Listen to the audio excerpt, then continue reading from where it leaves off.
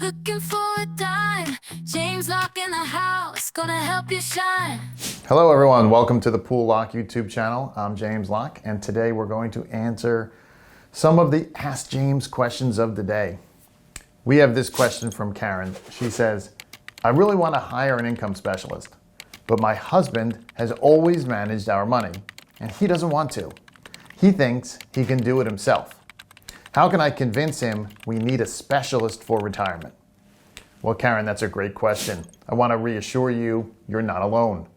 There are a lot, and usually it's a male-female dynamic, frankly, whereas in your case, you want to get help, and the husband, the caveman, right, pounds his chest and says, no, me can do it, me can do it, right?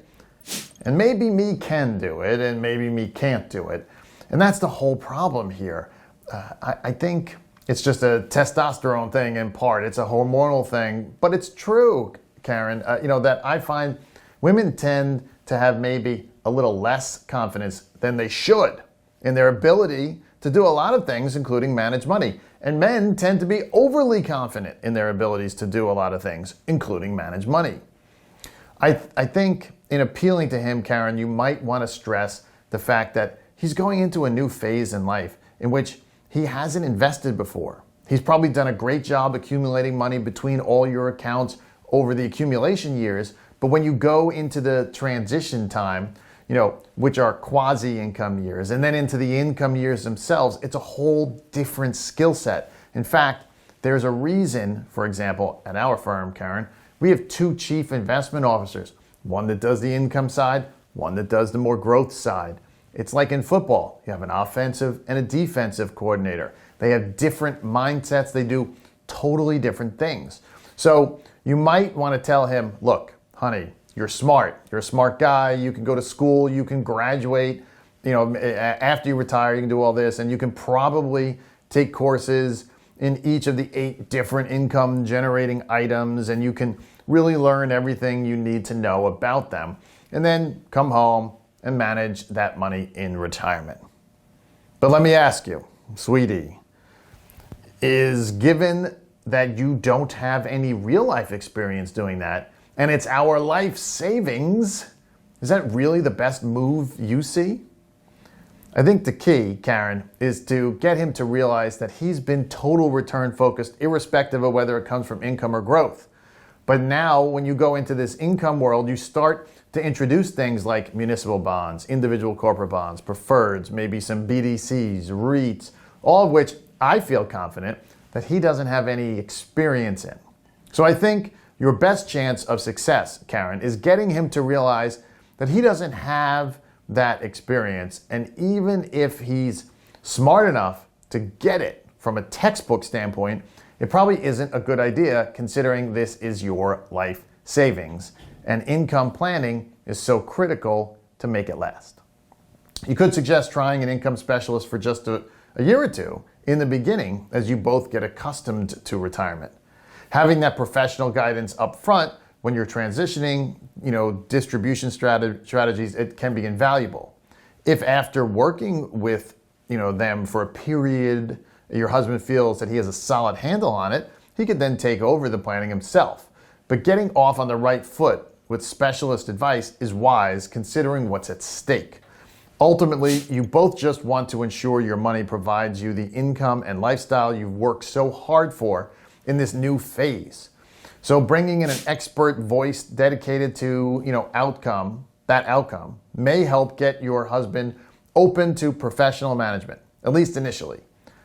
It's just too important to risk making preventable mistakes. It's an awesome question. Thanks so much. Hey, as always, if you'd like to send in your question, you can do so by emailing them to poollocke@poollocke.com. Moving on, our second question is from Tim. He says, my wife and I have talked about our goals, but we disagree on a lot of them. So how do we come to an agreement about what we want to do in retirement? Well, it's a common challenge many couples face as they prepare for retirement.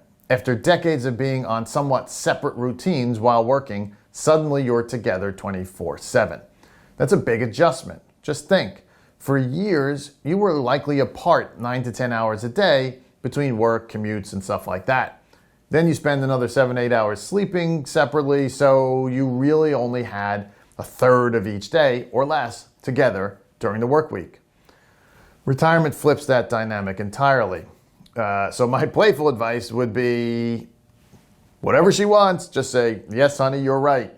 But we all know, compromise is truly the backbone of a healthy marriage. So when it comes to aligning on retirement goals and priorities, you both have to be willing to give a little. That means carving out time and space for both joint activities you enjoy together, as well as individual pursuits you each want to retain, some independence for. So perhaps, she wants to be more active socially while you prefer more solitary hobbies. The key is striking that balance. One exercise I always recommend is to live your retirement life before actually retiring, if possible. If you disagree on where to live, rent a place in that city or town for an extended period, 2 to 3 months.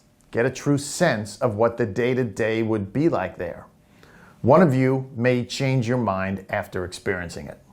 You could also try interviewing other retired couples who have walked this path before. Learn how they navigated situations where one spouse wanted X, but the other wanted Y. How did they compromise? What mindset adjustments did they have to make? The more you can simulate your future retirement now, the better, you can get on the same page. Because it's very rare for spouses to have 100% aligned goals and priorities, especially around big questions like where to live, how much to travel, what level of lifestyle you want. Hopefully, you have some meaningful overlap in your vision. But if there are stark disagreements in core areas like geography, that will really need to be hashed out. Unless, your finances allow for a two-home solution to accommodate both desires, but that is not the case for many couples. Sometimes other factors, like being near family or grandchildren, can drive those decisions too.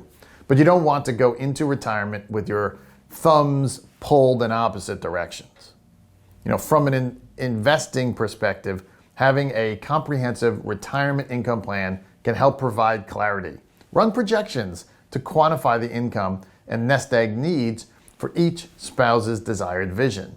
This can shed light on what is truly feasible and what requires compromise. For example, if one spouse wants to travel extensively, but the other prefers a staycation lifestyle, those cash flow needs will differ greatly. Getting the numbers out on the table shows the income required to afford each scenario. Then you can have an honest discussion about prioritizing and finding middle ground. You're not alone in facing this situation. Okay, making the transition to retirement alongside your spouse after years of being apart is beautifully challenging. The investment plan should be the easy part. It's merging your visions for this new lifestyle phase together that takes deeper work, but approaching it with optimism, openness, and financial data can forge the right path forward. I've also heard, who knows, maybe occasionally separate vacation homes or living arrangements could even be considered as a creative solution. As long as the lines of communication remain open and you remember that compromise is the key to matrimonial longevity, right? So, hey, wishing you and your wife the very best in this exciting new chapter.